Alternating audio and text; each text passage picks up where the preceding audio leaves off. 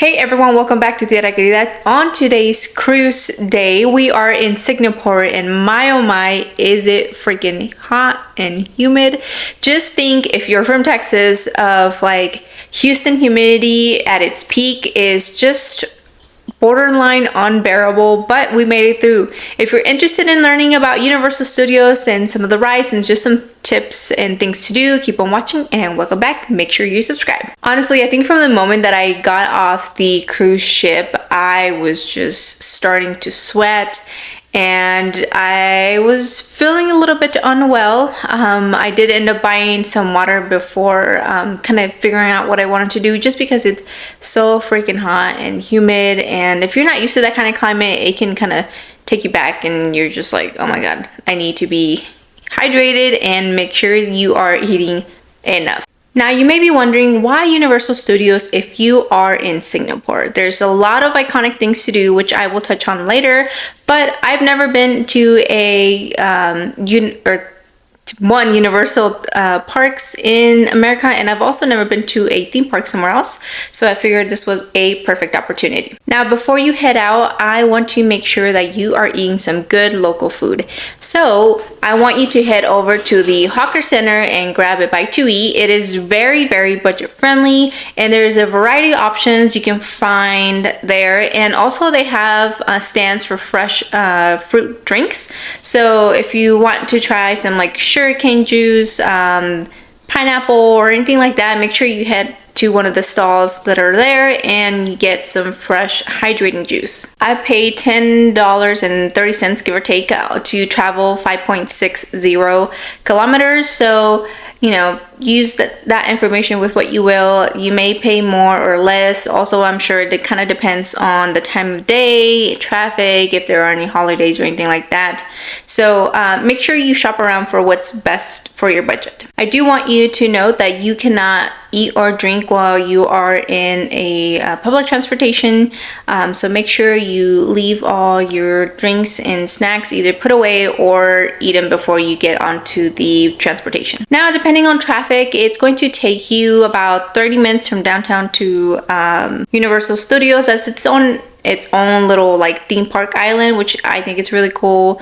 But yeah, make sure you kind of set that travel time aside, so you're not counting it as part of the time that you are at Universal. Like with just about every theme park, you can purchase your tickets ahead of time. Unfortunately, my Wi-Fi on the cruise ship was horrible, and I tried multiple times and it just wasn't loading and it was taking forever. So I ended up purchasing my tickets there at the kiosk once I arrived. The entry fee for one adult is about 83 Singaporean dollars, or about 46 US dollars. For whatever reason, I thought the lines would not be long, but that was such a freaking mistake. I should have purchase the fast pass, because it would have saved me so much time waiting in lines. Your lines for a ride is going to average about an hour, which is long, especially with, you know, the super humid and hot weather.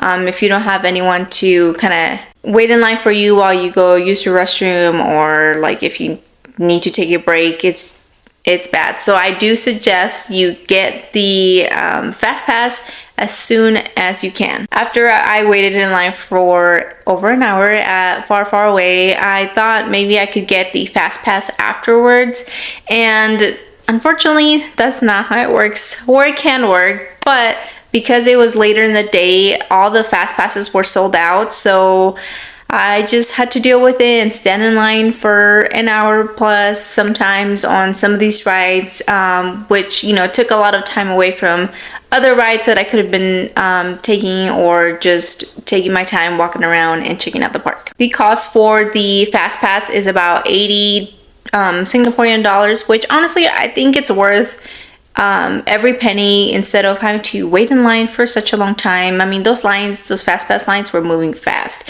and it is expensive, I understand that, but again, I think that it's worth it, and I do think you should get that. Now, I would suggest bringing a small to maximum medium-sized bag for you to bring some water bottles with you, or a refillable water bottle if you want, because it is a theme park and things can get really expensive, especially if you're a family that's a little bit more on a budget. You want to make sure your kiddos are hydrated and you're not stopping every 5 minutes to purchase a drink. Now, while they're not super strict on checking bags and making sure you're not bringing food or stuff you're not supposed to, they are very strict with the rides. Let me tell you, I went on the ultimate 3D battle, Revenge of the Mummy, and Human versus Cyclone, and they will not let you get on these rides unless your pockets are fully empty. I'm talking, if you have a zipper, you better take that stuff out. Phones, sunglasses, any loose items, they have to be put up in one of the lockers that they have. Now, the thing that kind of sucks about those lockers is that they give you 1 hour for free. And like I mentioned earlier, most of your rides are going to be a hour-long wait. So just be ready for your card to be charged an additional amount after that hour has passed.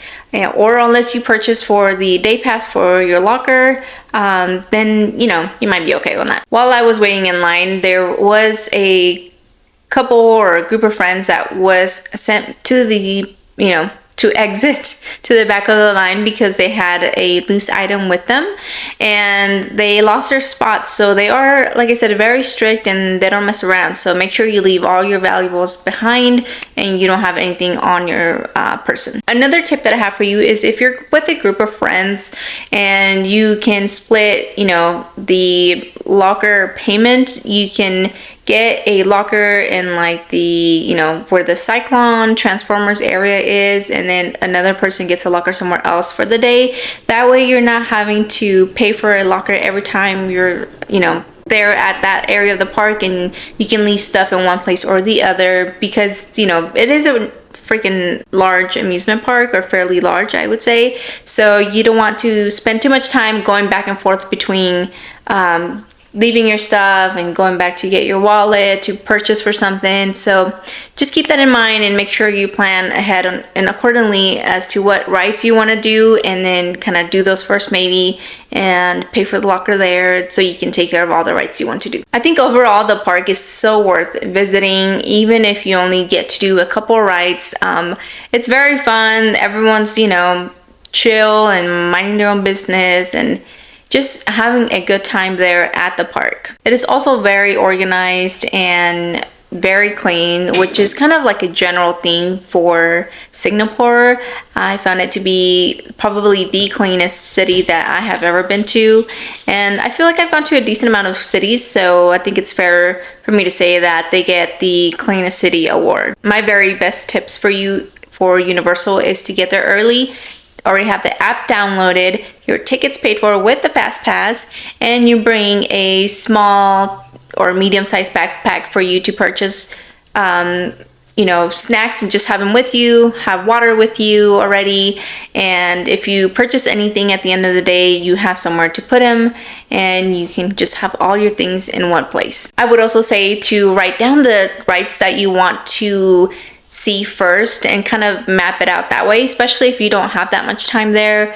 You want to make sure you hit all the rides that you're there and are the most excited about. As a bonus informative section, I want to let you know to check the description box for some additional things that you can do while you are in Singapore other than visiting the Hawker Center. If you have any questions, make sure you leave them in the comments. Otherwise, I'll see you on the next one. Bye!